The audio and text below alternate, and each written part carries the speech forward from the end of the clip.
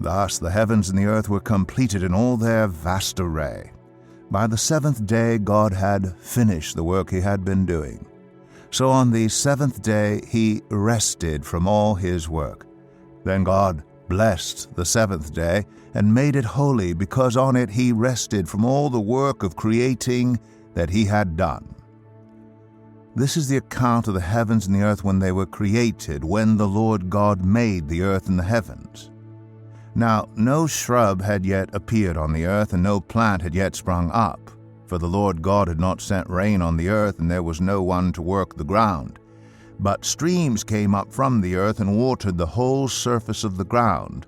Then the Lord God formed a man from the dust of the ground, and breathed into his nostrils the breath of life, and the man became a living being. Now the Lord God had planted a garden in the east, in Eden, and there he put the man he had formed. The Lord God made all kinds of trees grow out of the ground, trees that were pleasing to the eye and good for food. In the middle of the garden were the tree of life, and the tree of the knowledge of good and evil. A river watering the garden flowed from Eden. From there it was separated into 4 headwaters. The name of the first is the Pishon. It winds through the entire land of Havilah, where there is gold. The gold of that land is good. Aromatic resin and onyx are also there. The name of the second river is the Gihon. It winds through the entire land of Cush. The name of the third river is the Tigris. It runs along the east side of Ashur.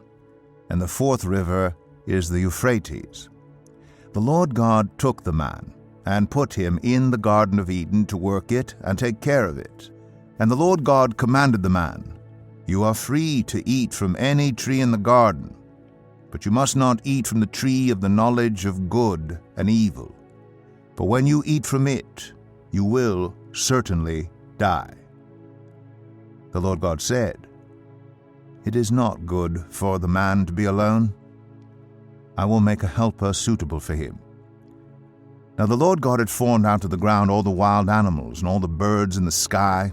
He brought them to the man to see what he would name them. And whatever the man called each living creature, that was its name. So the man gave names to all the livestock, the birds in the sky, and all the wild animals. But for Adam no suitable helper was found. So the Lord God caused the man to fall into a deep sleep, and while he was sleeping he took one of the man's ribs and then closed up the place with flesh.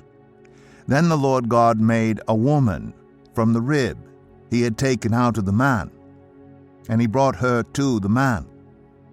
The man said, "This is now bone of my bones and flesh of my flesh. She shall be called woman, for she was taken out of man."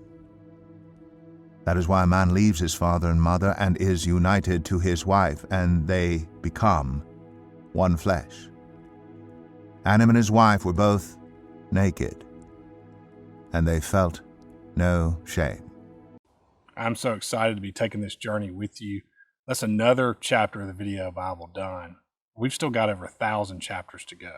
The Bible is magnificently large, over 30,000 verses, and we need to do an animated picture for every one of those. This is where you come in. We need you to share this with your friends. We need you to get the word out. We need you to pray. And most of all, we can't do this alone financially. It's a very expensive endeavor, as you might imagine. Please prayerfully consider going to videobible.com and just giving what you can. Any amount monthly will help. We need to pay a team of artists and animators and theologians. It's a very expensive endeavor, and we need your help.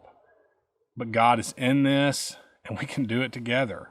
And this Bible can change the world just like it did the very first time when it was printed on the printing press. An animated Bible for the world in multiple languages. Think of that.